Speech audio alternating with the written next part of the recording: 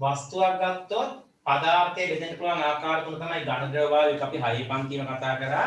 එතකොට ඝනයක් ද්‍රවයක් බවට පත් වෙන එක හෝ ද්‍රවයක් වායුවක් බවට පත් වෙන එක එක්ක එක අනිත් පැත්ත හැරෙන එක ඔය එක අවස්ථාවකින් තව අවස්ථාවකට පත් වෙන එක තමයි කියන අවස්ථා විපර්යාසය. එහෙනම් මේ අවස්ථා විපර්යාසය සිද්ධ වෙන්නේ කවුරුන්ද? තාපේ.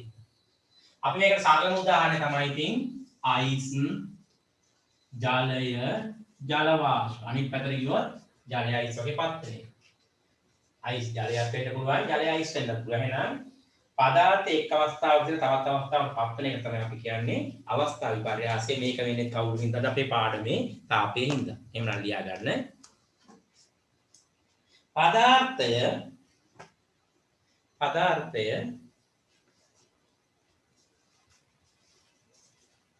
එක් අවස්ථාවක සිට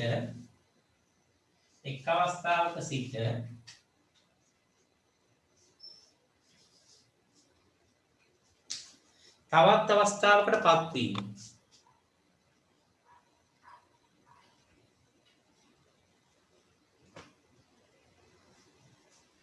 මේක ලියාගන්න වයිට් බෝඩ් එකේ. ඝනයක් ද්‍රවයක් වෙනවා, ද්‍රවයක් වායුවක් වෙනවා. ඒක අනිත් පැත්තට වෙන්න පුළුවන්. හරිද? ඝනයක් ද්‍රවයක් වෙනවා, ද්‍රවයක් වායුවක් වෙනවා. ඒක අනිත් පැත්තට වෙන්නත් පුළුවන්.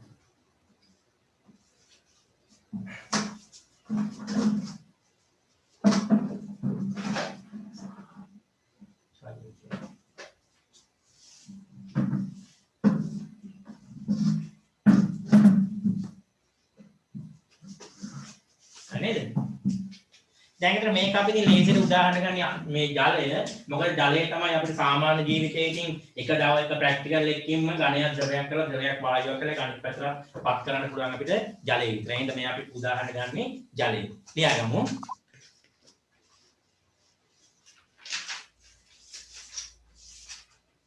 ජලය ගත් විට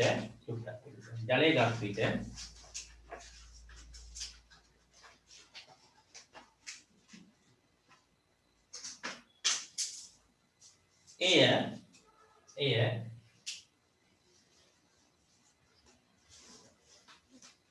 තාපය ලබා දීම නිසා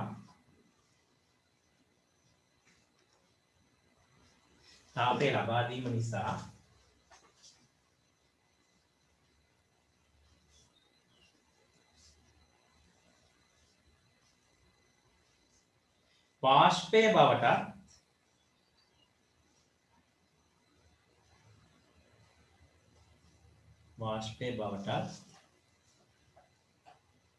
තාපය ඉවත් වීම නිසා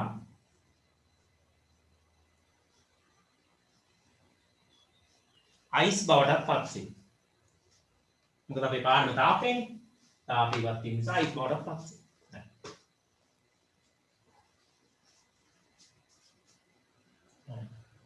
හරි. දැන් එහෙමනම් අද අපිට ඉස්සෙල්ලාම වචන තුනක් කතා කරන්න තියෙනවා. මම මේ වචන තුනක් මේ වෙනකොට පොඩි පන්තිවල අහලා තියෙනවා. ද්‍රවාංකය, තාපාංකය, හිමාංකය. මතක ද්‍රවාංකය කියන්නේ ඝනයක් ද්‍රවයක් බවට පත් වෙන උෂ්ණත්වය. දැන් අයිස් වල ගත්තොත් ද්‍රවාංකයේ සෙල්සියස් එක බිංදුවයි. අපි 8 පන්තියේ හෝ 7 පන්තියේ මේ සිලබස් එක තියෙනවා. 7 පන්තිය නේද? ද්‍රවාංකය කියන්නේ ඝනයක් ද්‍රවයක් බවට පත් වෙන උෂ්ණත්වය. එතකොට අයිස් ගත්තොත් සෙල්සියස් අංශක බිංදුවයි. අයිස් වල ද්‍රවාංකය. යකඩ ගත්තොත් 1539 වගේ එක එක අගයන් එනවනේ. එතකොට තාපාංකය කියන්නේ මොකද්ද? ද්‍රවයක් වාෂ්පයක් බවට පත් වෙන උෂ්ණත්වය. ජලයේ සෙල්සියස් අංශක 100යි. මම මේ ඔක්කොම ජලයේ දෙන්නේ. හිමාංකය කියන්නේ ද්‍රවයක් ඝනයක් බවට පත් වෙන උෂ්ණත්වය. උදාහරණයක් ගත්තොත් ජලයේ අයිස් බවට පත් වෙන උෂ්ණත්වය ජලයේ එකක් සෙල්සියස් බිංදුව. එහෙමනම් ඔය වචන තුනේ තේරුම ඕන. තේරුම සහ අගයන් වල විභාගයට ඕන. මොකද්ද? ද්‍රවාංකය කියන්නේ ඝනයක් ද්‍රවයක් බවට පත් වෙන උෂ්ණත්වය. කීයද සෙල්සියස්ක බිංදුව. තාපාංකය කියන්නේ ද්‍රවයක් වාෂ්පයක් බවට පත් වෙන උෂ්ණත්වය. මේ ඝනයක් ද්‍රවයක් වාෂ්පයක් බවට පත් වෙන උෂ්ණත්වය සෙල්සියස් 100යි. හිමාංකය කියන්නේ අනිත් මේ ද්‍රවයක් ඝනයක් බවට පත් වෙන උෂ්ණත්වය නැත්නම් ජලයේ අයිස් බවට පත් වෙන උෂ්ණත්වය සෙල්සියස් අංශක බිංදුව. අපි එන මේ තුන ඉස්සර ලියාගනිමු. ලියාගන්න.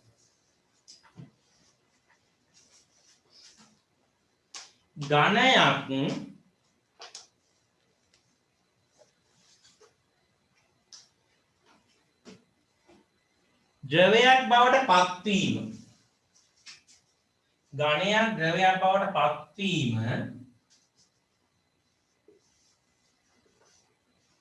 විලයනය ලෙස හඳුන්වනවා. විලයනය. ඝනයක් ද්‍රවයක් බවට පත් වෙනකට නමක් කියනවා විලයනය. විලයනය ලෙස හඳුන්වනවා. එහෙනම් අයිස් කැටයක් වතුර බවට පත් වෙන එකට කියනවා විලයනය. ඝනයක් ද්‍රවයක් බවට පත් වෙන විලයනය. එහෙනම් ඝනයක් ද්‍රවයක් බවට පත් වෙන උෂ්ණත්වය තමයි ද්‍රවාංකය කියලා මේ වචන දෙක පටල ගන්න එපා. ඝනයක් ද්‍රවයක් බවට පත් වෙන එකට කියනවා විලයනය. ඝනයක් ද්‍රවයක් බවට පත් වෙන උෂ්ණත්වයට අපි කියනවා ද්‍රවාංකය. එන එකක් ලියාගමුනේ. හරි. අලුත් චෝලකින් ඝනයක් ද්‍රවයක් බවට පත් වීම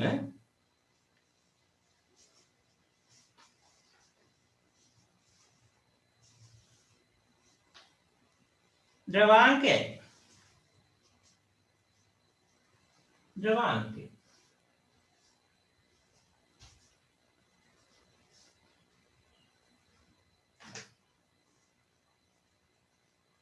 ජලයේ ඉතින් දන්න කෙනෙක් නිකන් අමතක කෙනෙක් ඉන්නවා කියන්නේ ජලයේ සෙල්සියස් බිඳුව. ඕන කෙනෙක් විතරක් ඈ. ඒ කියන්නේ මගේ සටහනට ඕක ඕන වෙන්නේ නැහැ. ජලයේ අමතක කෙනෙක් ඉන්නවා සෙල්සියස් එක බිඳුව. අනිත් ඒවා ගහන්නේ ජලයේ තමයි මතක තියාගන්න ඕනේ. ඔය අයිස් වල ඒ වගේ මේවා අපි අහන්නේ නැහැ පොඩි දෙනවා එහෙමනම්. හරි. එතකොට එහෙනම් ඔන්න විලයනයේ ද්‍රවාංග ඊළඟට ද්‍රවයක් වාෂ්පයක් බවට පත් වෙන එකට කියනවා වාෂ්පීකරණය. වාෂ්ප වීම. මේක නම් අපි දන්න දෙයක් නේ. ද්‍රවයක් වාෂ්පයක් බවට පත් වෙනවා කියනවා වාෂ්පීකරණය. එහෙනම් ද්‍රවයක් වාෂ්පයක් බවට පත් වෙන උෂ්ණත්වයට කියනවා තාපමානය. ඒක අපි ලියගමු පුලකින්. ද්‍රවයක්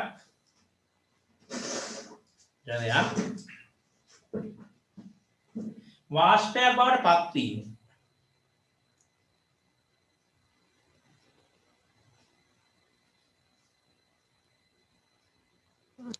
වාෂ්පීකරණය. වාෂ්පීකරණය වාෂ්පීකරණය වටේ අපි පුරුදු වචනයක් නේ. වාෂ්පීකරණය.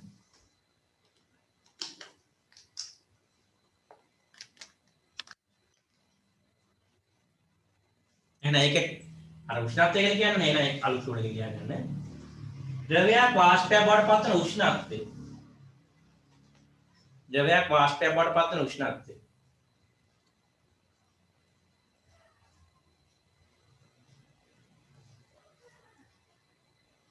මොකද ඒකට කියන්නේ තාපාංකය.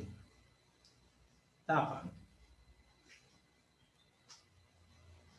ඕන කෙනෙක් ඉන්නවා ලියාගෙන ජලයේ 1 සෙල්සියස් 100යි. ජලයේ සෙල්සියස් 100යි.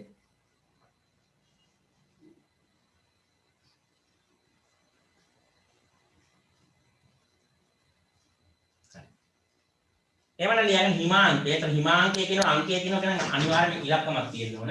එමනම් ලියාගන්න ඝනයක් ද්‍රවයක් බවට පත් වෙන උෂ්ණත්වය. ද්‍රවයක් ඝනයක් බවට පත් වෙන උෂ්ණත්වය නේ. ද්‍රවයක් ඝනයක් බවට පත් වෙන උෂ්ණත්වය. ද්‍රවයක් ඝනයක් වෙන එක නේ. ද්‍රවයක් ඝනයක් බවට පත් වෙන උෂ්ණත්වය හිමාංකය.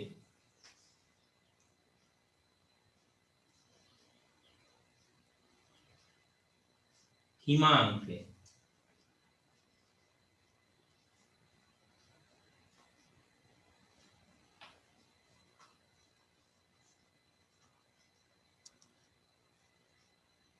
ජලයේ මේ අගය සෙල්සියස් 7ක බිඳුවයි. ජලයේ හිමාංකය සෙල්සියස් 7ක බිඳුවයි. හරි. මේ ටික නම් ඉතින් ඔයාලට මේ 7 පන්ති 8 පන්ති දැනුමත් එක්ක ඉඳලා පාඩමේ තියෙන මතක් කර මොකද පාඩමේ මේ මෙතනින් එහාට මම පොඩ්ඩක් කතා කරන විලයනය කියන වචනේ විතරයි අමාරුව තියෙන්නේ. අනිත් ඒවා ඔක්කොම කලින් පන්තිවල කතා කරලා පාඩම් තියෙන්නේ. එහෙනම් අද තියෙනවා ලේසි. එකපාරක් මතක පාඩම් කරොත් ඔයාලට මතක හිටියි. ඊළඟට බලන්න ඔයාලගේ සිලබස් එකේ තියෙනවා විලයනයේ ගුප්තතාපය. ඊළඟට වාෂ්පීකරණයේ ගුප්තතාපය. විලයනයේ විශිෂ්ට ගුප්තතාපය, වාෂ්පීකරණයේ විශිෂ්ට ගුප්තතාපය කියලා වචන හතරක් අද ඉගෙන ගන්න තියෙනවා. දැන් විලයනය කියන එකයි වාෂ්පීකරණය කියන එකයි දන්නවනේ. විලයනය කියන්නේ ඝනයක් ද්‍රවයක් බවට පත් වීම, වාෂ්පීකරණය කියන්නේ ද්‍රවයක් වාෂ්පයක් බවට පත් වීම. එහෙනම් මොකද මේ ගුප්තතාපය කියන්නේ? ගුප්ත කියන්නේ හැංගිලා. ඒක ගුප්ත චරිත කියන්නේ හැංගිලා ඉන්න උන්ට. ඒක ගුප්ත කියන්නේ හැංගිලා නම් මොකක්ද මේ ගුප්තතාපය කියන්නේ? මම ප්‍රැක්ටිකල් එක කියන පස්සේ ඔයාලා තේරුම් ගන්න. නැත්නම් මම ආයෙ පැහැදිලි කරන්න.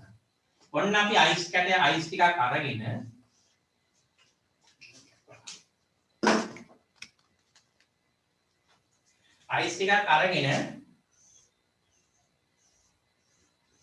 ඔයකට උෂ්ණත්වමාන දැම්මොත් තමයි එදා සිද්ධිය දෙක කතා කරන්නේ. උෂ්ණත්වමානයේ පාඨාංකයේ බිඳුවටත් වැඩි අඩු වෙනවා. මොකද අයිස් වල සාමාන්‍ය සෙල්සියස් අංශක ඍණ ආගියක් තියෙන ඍණ 1 ඍණ 2 වගේ තියෙනවා. අයිස් වල උෂ්ණත්වය. බිඳුවේදී අයිස් වලට සාමාන්‍ය අයිස් කැරටිකට උෂ්ණත්වමාන කියපුවා ඍණ 1 ඍණ 2 වගේ උෂ්ණත්වයක් තියෙනවා. එතකොට මේ උෂ්ණත්වමානය ඔන්න අපි අයිස් වල දාලා තියෙනවා. දාලා තියෙනකොට දැන් මේ අයිස් දිය වෙනවා ටික එළිය තියෙනකොට මේක ටික ටික ඇවිල්ලා බිඳුවට ඇවිල්ලා නවතිනවා. දැන් ඍණ 2 තිබ්බ එක ඍණ 1ට ඇවිල්ලා බිඳුවට ඇවිල්ලා නවතිනවා. නැවතිලා ටික වෙලාවක් ඉන්නවා.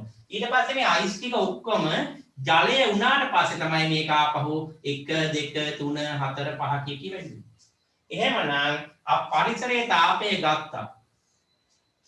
මේ අයිස් මොකද වෙන්නේ එක වෙලාවක ගන්න තාපයේ උෂ්ණත්වමානය පෙන්වන්නේ අන්න ගන්න තාපය හංගලා තියෙනවා. ඒ හංගලා තියෙන එක තමයි ගුප්ත තාපය කියන්නේ. දැන් හැමතිස්සෙම මේ අයිස් පරිසරයේ උෂ්ණත්වය ගන්නවනේ. ගත්තට මේක උෂ්ණත්වමානය පෙන්වන්නේ නැතුව හංගලා තියෙන අවස්ථාවට තමයි අපි කියන්නේ ගුප්ත තාපය කියන්නේ. ඇයි මේ ගුප්ත තාපය හංගලා තියෙන්නේ? දැන් එතකොට අපි හිතමු ඍණ 2. මේ ඇත්තටම ඍණ 5 කියලා මම ගන්නකො උදාහරණයක් ඍණ 5ක් නම් වෙන්නේ අයිස් වල. මට ඔයාලට පැහැදිලි කරන්න ඕනේ නේද? ඔන්න ඍණ 5 කියනවා ඍණ 4 ඍණ 3 ඍණ 2 ඍණ 1 බිඳුවට ඇවිල්ලා අර ආපු වේගේ නැවතිලා බිඳුවේ තියෙනවා ටික වෙලාවක්. එතකොට ඔයාලා බලන්න මේ අයිස් ටික ඔක්කොම දිය වුණාට පස්සේ තමයි බිඳුවේ තිබ්බ එක එකට යන්නේ. හැබැයි මේ වෙලාවේදී තාපය ගන්නව පරිසරේ. ඇයි එහෙනම් මේ උෂ්ණත්වය වැඩි කරන්නේ නැත්තේ? මේ වෙලාවේ ගන්න තාපය වැඩ කරන්නේ වෙන වැඩකට. උෂ්ණත්වමානය රත් කරන්නේ නෙමෙයි මේ වෙලාවේ ගන්න තාපය වැඩ කරන්නේ වෙන වැඩකට. මොකද්ද මේ අයිස් සහ අයිස් ජලය සහ මේ ජල වාෂ්ප වල වෙනස? අයිස් ජලය සහ ජල වාෂ්ප වල වෙනස තමයි අයිස් වල අණු තදින් බැඳලා තියෙනවා. ඝන ද්‍රවය වටේ පන්ති මතක නේද අපි පොටු තුනක් ඇඳ? ඔය විතර මතක නේද? අයිස් වල අණු තදින් බැඳලා තියෙනවා. ජලයේ අංශු ටිකක් ඈතින් තියෙන්නේ ජල වාෂ්ප අංශු හුඟක් ඈතින් තියෙන්නේ. මේවා තියෙන්නේ 10 පන්තියේ මතකද අපි කතා කරා අන්තර් අණුක ආකර්ෂණ බල කියලා જાතිය. අර අණු දෙකක් අතර එකට බැඳලා තියෙන බලය. එහෙමනම් අයිස් වල මේ අන්තර් අණුක ආකර්ෂණ බන්ධන හරි තදයි ළඟින් තියෙන්නේ. ඒකනේ අර එහාට මෙහාට යන්න බැරි අයිස් කැටේ. අන්තර් අණුක ආකර්ෂණ බන්ධන තදින් තියෙන අයිස් කැටවල. දැන් ඔයාලා මේ තාපය දෙනකොට මොකද වෙන්නේ? මෙයා මේ අන්තර් අණුක ආකර්ෂණ බන්ධන කඩන්න ගන්නවා. මෙන්න මේ බිඳුවට ආවට පස්සේ මෙයා මොකද්ද කරන්නේ? මෙන්න මේ ඔයාලා ලබා දෙන තාපය අන්තර් අණුක ආකර්ෂණ බන්ධන කඩන්න තමයි වෙ කරන්නේ. එයා ඒ වෙලාවේ උෂ්ණත්වමානයේ පාඨාංකය වැඩි කරන්න මේ උත්සාහ කරන්නේ අන්තර් අණුක ආකර්ෂණ බන්ධන ටික කඩන්න. එයා ඒ ශක්තිය ගන්නවා. ඊට පස්සේ කැඩුණාට පස්සේ තමයි ඔක්කොම කැඩුණාට පස්සේ තමයි ජලයේ ටික අයිස් ටික ජලය වෙන්නේ. ඒ කියන්නේ ඔක්කොම අන්තරාන් ආකාශ අණුකාකාශ බඳ ඈත් වුණාම සම්පූර්ණ කැඩුණාම නේ ඈත් වුණාම තමයි අයිස් ජලය වෙන්නේ. ඊට පස්සේ ආ පුරුදු විදියට උෂ්ණත්වය වෙනවා. මෙන්න මේ විදියට උෂ්ණත්වය පෙන්වන්න නැතුව තාපය අන්තර් අණුක ආකර්ෂණ බන්ධන කඩන්න යොදවන තාපයට අපි කියනවා ගුප්ත තාපය. මොන ගුප්ත තාපයද? විලයනේ ගුප්ත තාපය. නැත්නම් ඝනයක් ද්‍රවයක් වඩපත් වෙන අවස්ථාවේ සංගවගෙන ඉන්න තාපය. ඕක තමයි ගුප්ත තාපය කියලා කියන්නේ. තේරුණාද? සටහන දෙලායි පැහැදිලි කරන්න ඈ. හරි ලියා ගන්න. ලියා ගන්න. ඝන අවස්ථාවේ පවතින සටහන දිලායි පැහැදිලි කරන්න. ඝන අවස්ථාවේ පවතින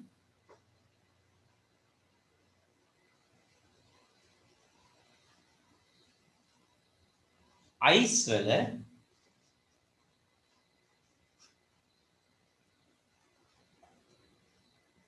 අංශු වලදී අයිස් වල අංශු වල කමන්නේ අංශු වල ජල අංශු තියෙන්නේ අංශු වල චාලක ශක්තියක් ඇත. චාලක ශක්තියක් ඇත.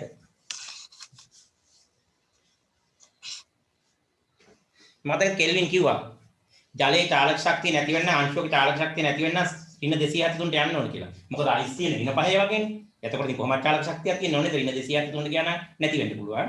එහෙමනම් මේකේ චාලක ශක්තියක් තියෙනවා. හරි. ලියාගන්න. අප තාපය ලබා දීමේදී එක්ක අපි දෙනවා එක්ක පරිසරයෙන් ගන්නවා. අපි තාපය ලබා දීමේදී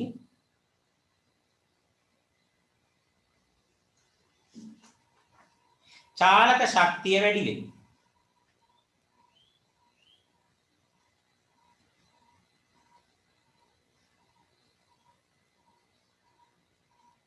අණු වල චාලක ශක්තිය ටික ටික වැඩි වෙනවා.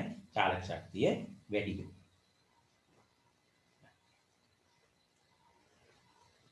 ඊළඟට ගියාගන්න.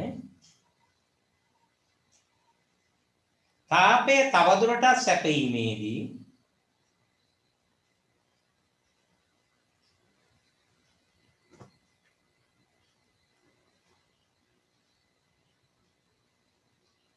අයිස්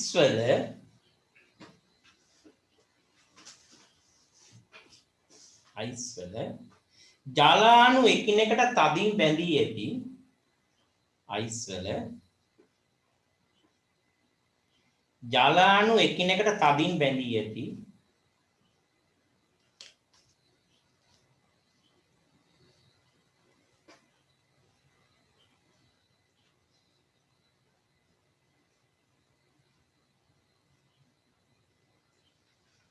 अंतर अणुक आकर्षण बंधन अंतर अणुक आकर्षण बंधन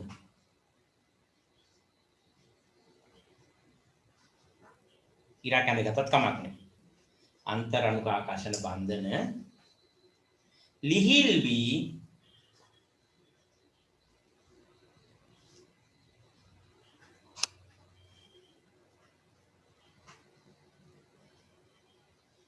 ඝන ජලය ද්‍රව ජලය බවට පත් වේ. එහෙනම් අයිස් වතුර වෙනවනේ. ඝන ජලය ද්‍රව ජලය බවට පත් වේ.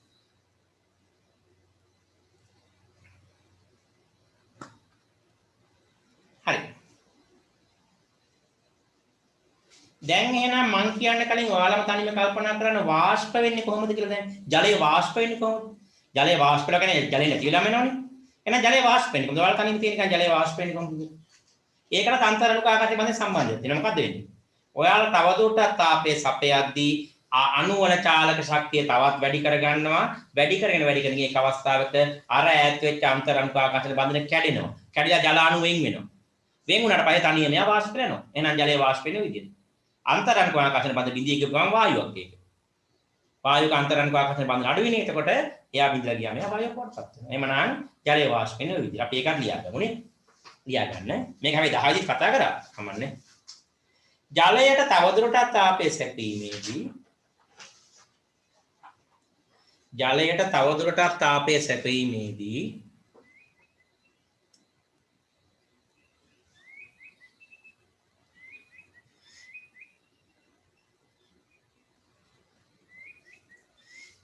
තවදුරටත් චාලක ශක්තිය වැඩි වේ.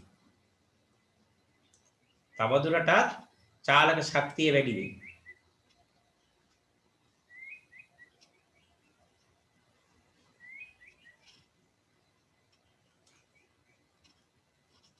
හරි. එක් අවස්ථාවක දැන් ඔයාලා තවත් වැඩි කරගෙන යනවා නේද? එක් අවස්ථාවක තවත් තාපය වැඩි කරගෙන යද්දී එක් අවස්ථාවක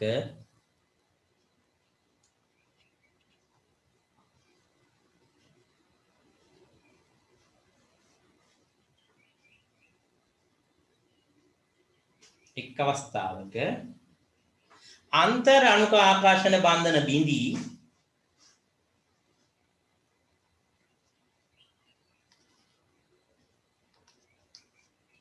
अंतर अणुक आकर्षण बंधन बिंदी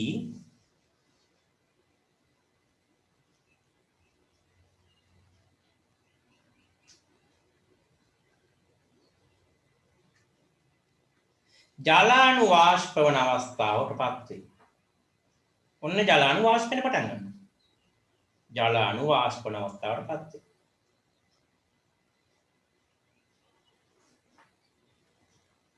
එහෙමනම් දැන් ඕකේ අනිත් පැත්ත කල්පනා කරලා මේ කලින් හිතපුවා. එහෙනම් වලාකුළු හැදෙන්නේ කොහොමද? ඔය ජල වාෂ්ප උඩට යනවා, තාපය අඩු වෙනවා, අර ඈත් වෙච්ච අන්තර අණුක ආකර්ෂණ බන්ධනය එකතු වෙලා ජල බිඳ වෙනවා. ඊට පස්සේ මතකද 9 පන්තියේ කතා කරා 7 පන්තියේ ඉස්තර ගෝලේ. ඉස්තර ගෝලේට යද්දී මේ අයිස් වලාකුළු හැදෙන්නේ කොහොමද? අර තවත් උඩට යද්දී සීතල අඩු වෙනවා, අර ජලයේ තවත් ලං වෙලා ඉස්තවටපත් වෙනවා.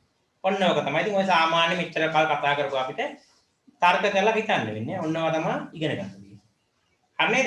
එහෙනම් ඔන්න සාමාන්‍ය දෙයක් කිව්වේ තව මම ওই গুপ্তතාවය ගැන කතා කරන්නේ නැහැ. එහෙනම් දැන් තමයි গুপ্তතාවයකට ඇඩ් කරන්නේ. මොකද්ද গুপ্তතාවය කියන්නේ?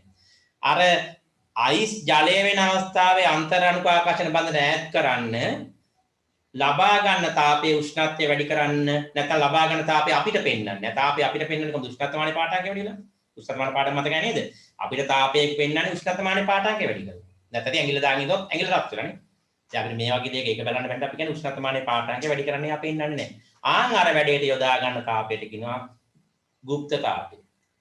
එහෙමනම් විලයනයේ গুপ্ত තාපය කියන්නේ අයිස් ජලය බවට පත් කරනකොට අන්තර් අණුක ආකර්ෂණ බන්ධන ඈත් කරන්න ලබා ගන්න තාපයට වාෂ්පීකරණයේ গুপ্ত තාපය කියන්නේ ජලය වාෂ්ප වෙනකොට අන්තර් අණුක ආකර්ෂණ බන්ධන කඩන්න ලබා ගන්න තාපය.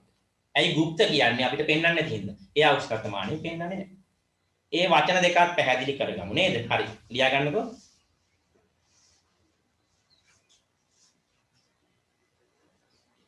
අපි කෙනෙක් වචනයට යන ලියා ගන්න විලයනයේ গুপ্ত තාපය.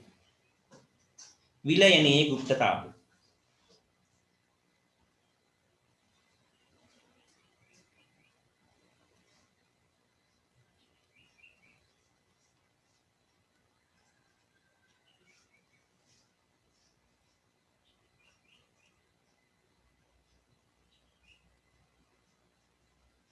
අයිස් කැට කීපයක් මැදයේ ප්‍රැක්ටිකල් එකදී ලියුවේ අයිස් කැට කීපයක් මැදයේ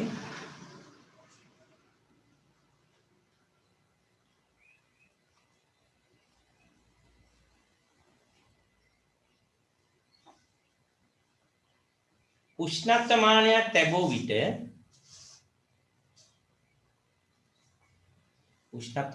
ලැබුව විට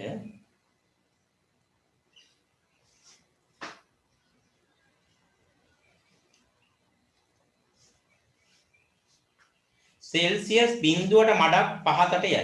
සෙල්සියස් බිඳුවට මඩක් පහතට උෂ්ණත්වය පෙන්වනවා. සෙල්සියස් බිඳුවේ පොඩ්ඩක් අඩුයි. අපිට හරියගයක් කියන්න බෑ අයිස් කැටේ අවස්ථාවේ පවතින තත්ත්වයට. ඔයාලා දියවෙන්න කිට් එකක් ගත්තද නැත්නම් හොඳ මට්ටම එකක් ගත්තද දන්නේ නැහැ නේද? අපිට හරියගයක් කියන්න බෑ. හැබැයි බිඳුවට වැඩි අඩුයි. බිඳුවට වඩා මඩක් 15ක් ගන්න. හරියට බිඳුවේ තියෙන්නත් පුළුවන් ඔයාලා ගන්න වෙලාවෙ හැටියට. අපි මේ පාඩම කරන්න ලේසියට මම ගමු බිඳුවට වඩා 15.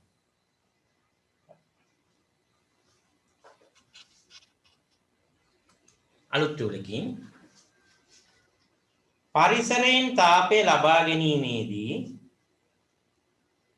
පරිසරයෙන් තාපය ලබා ගැනීමේදී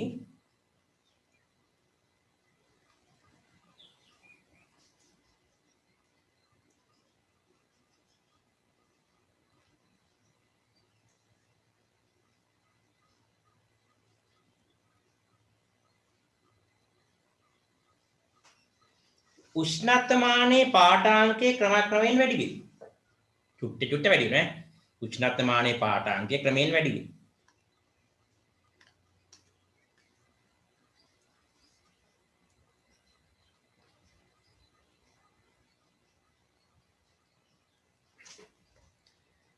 එකක විතරයි පළවෙනි එකේ විතරයි පැහැදිලි කරන්නේ ඊට පස්සේ අනිත් වචන තුනටම ඕක වෙන්නේ ඈ. එහෙනම් මම ඒක පැහැදිලි කරන්නේ මේක ටිකක් උපරිම මට්ටමේ පැහැදිලි කරන සටහන් ටිකක් දික් වෙන්නේ එකයි ඈ. උෂ්ණත්වමානයේ පාඨාංක ක්‍රමයෙන් වැඩි වෙයි. අලුත් ටූලක. සෙල්සියස් බිඳුවට පැමිණි විට මේක සටහන පොඩ්ඩක් දිගේ එකයි ඈ. සෙල්සියස් බිඳුවට පැමිණි විට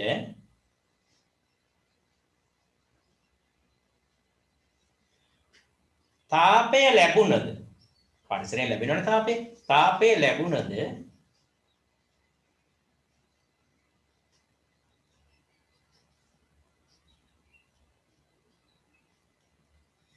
උෂ්ණත්වමානයේ පාඨාංකය වැඩි නොවේ. උෂ්ණත්වමානයේ පාඨාංකය වැඩි නොවේ.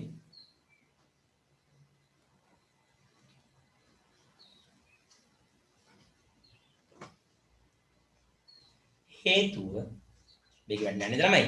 වැඩි නොවේ හේතුව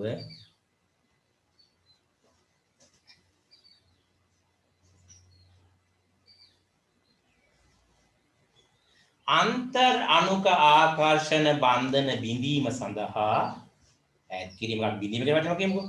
අන්තර් අණුක ආකර්ෂණ බන්ධන බිඳීම සඳහා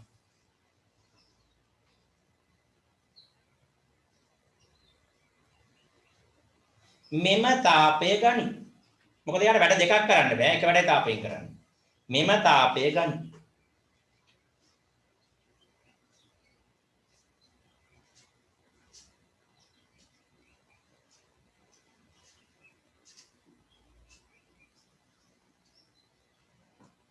අලුත් ටූලකින් ඝනය ද්‍රවය බවට පත්වීමේදී හොඳට කියව ගන්න ඕක ඊට පස්සේ දැන් නෙමෙයි අර මේ ලින්ක් එක අයින් වුණාම කියව ගන්න ඊළඟට ඇඩ් වෙනකන් ඝනය ද්‍රවය බවට පත්වීමේදී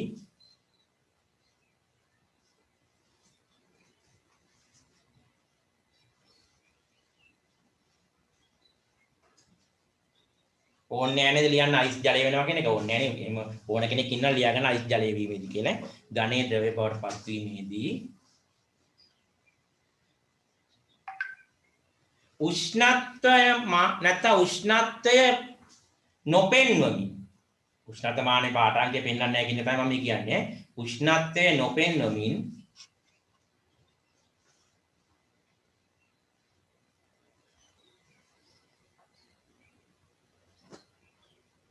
ලබා ගන්නා මෙම තාපය මොන තාපයේද අන්තරාණු කාගන්න බඳ දින තාපය ලබා ගන්නා මෙම තාපය දැන් නේද ලබා ගන්න එදා කතා කරන්නේ තාපය දෙනකොට අනිවාර්යයෙන් වස්තුවේ උෂ්ණත්වය වැඩි වෙනවා කියලා දැන් මේ වෙලාවේ වැඩි වෙන්නේ නැහැ ඇයි මෙයා මේ වෙන වැඩක් කරන හින්දා ලබා ගන්නා මෙම තාපය විලයනයේ ගුප්ත තාපය විලයනයේ ගුප්ත තාපය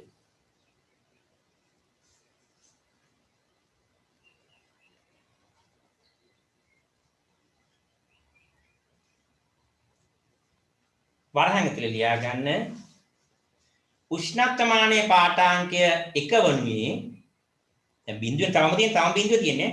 ලෝකෙදී විනාඩියක් දෙකක් වුණා බිඳුව තියන්න පුළුවන්. අර සම්පූර්ණ අයිස් ටික වතුර වෙනකම යදිනවා. ඒ පරිසරයේ උෂ්ණත්වය හැටියට උෂ්ණත්වමානයේ පාඨාංකය සෙල්සියස් 1 වනුයේ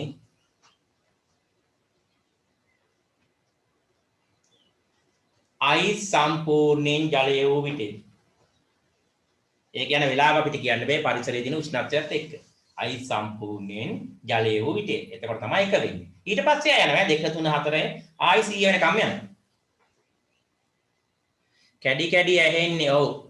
ඔයාලගේ මේ මම ආපහු රෙකෝඩින් කරනවා මොකද අර පහුගිය දවස්වල තිබ්බ අර මේ ඩේටා වල ගැටලුවක් දැන් නම් ආපහු පුළුවන් වෙනවා මේ අප්ලෝඩ් කරන්න. ඒ හින්දා රෙකෝඩින් එක තියෙනවා ගැටලුවක් තියෙන හැට රෙකෝඩින් එක එවන්න නේ. එතකොට ඊට පස්සේ වැඩ කරනවා. ඊට පස්සේ 1 2 3 ගිහින් 90 100 වෙනකන් ගිහින් 100 තමයි ආය නවතින්නේ. අපිට ඒක දැන් ඕන වෙන්නේ නැහැ. ඔන්න ඔය ටික තමයි තියෙන්නේ. හරිද? ඔන්න එහෙමනම් විලයනයේ ගුප්තතාවය. ඊළඟට වාෂ්පීකරණයේ ගුප්තතාවය ලියා ගන්න මාතෘකාව. වාෂ්පීකරණයේ ගුප්තතාවය.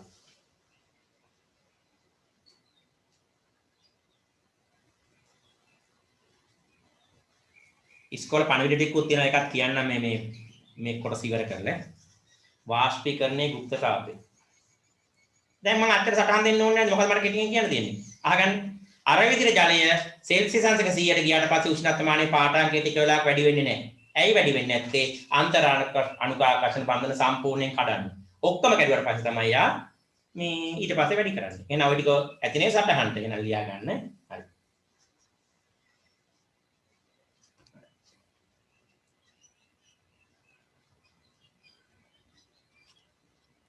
හරි. ලියා ගන්න. ජලයේ උෂ්ණත්වය දැන් එකම ප්‍රැක්ටිකල් එක මේ කරන්නේ ජලයේ උෂ්ණත්වය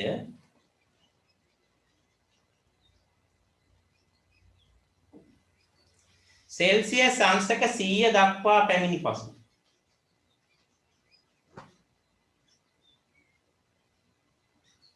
දැන් මට මෙසේජ් එකක් ආවා කැඩි කැඩි ඇහෙන්නේ කියලා ඒකටත් උත්තරේ මම පස්සේ දෙන්නම් නේද පැමිණි පසු ටික වේලාවක් දැන් මොකද්ද දුන්නේ ජලයේ උෂ්ණත්වය සෙල්සියස් 100ට පැමිණි පසු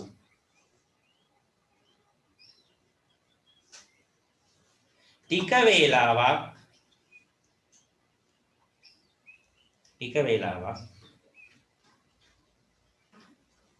තාපය සැපයුවද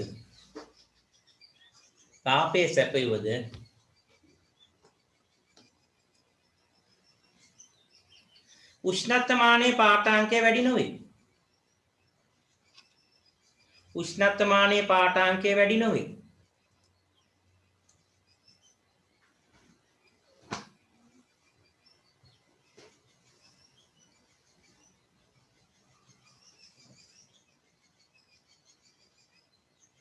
දැන් හේතුව දන්නව මොකද්ද කියලා?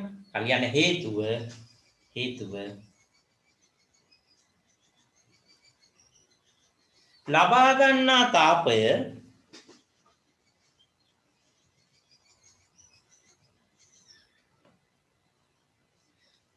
අන්තර් අණුකාකර්ෂණ බන්ධන බිඳීමට යොදා ගන්නා නිසා. එකම දේ මේ වනවන මම කියන්නේ. ලබා ගන්නා තාපය අන්තර් අණුකාකර්ෂණ බන්ධන බිඳීමට යොදා ගන්නා නිසා.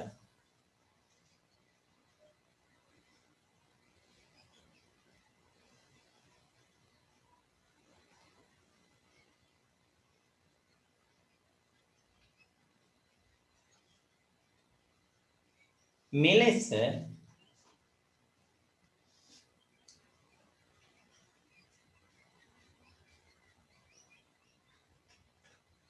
උෂ්ණත්වය වැඩි නොකරමින් දැන් උෂ්ණත්වමානේ පාටක් වැඩි වෙන්නේ නැහැ නේ.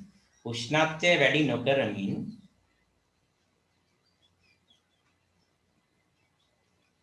ඉහත කාරණය සඳහා මම ආයි දෙන්න ඕනේ නේද අන්තර් අණුකාකර්ෂණ බන්ධ බිඳීම කියලා. ඉහත කාරණය සඳහා යොදා ගන්නා තාපය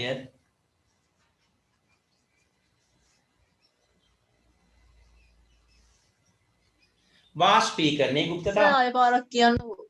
ඉහත කාරණය සඳහා යොදා ගන්නා තාපය වාෂ්පීකරණයේ ගුප්තතාවය. වාෂ්පීකරණයේ ගුප්තතාවය. එහෙනම් තව ටිකකින් link එක කට් වෙන අර මේ link එකම ආපහු ඇඩ් වෙන්න. දැන් ඔයාලා ඒක දන්නවනේ. වාෂ්පීකරණයේ ගුප්තතාවය. එතකන් ওই දුන්න ටිකක් කියව ගන්න.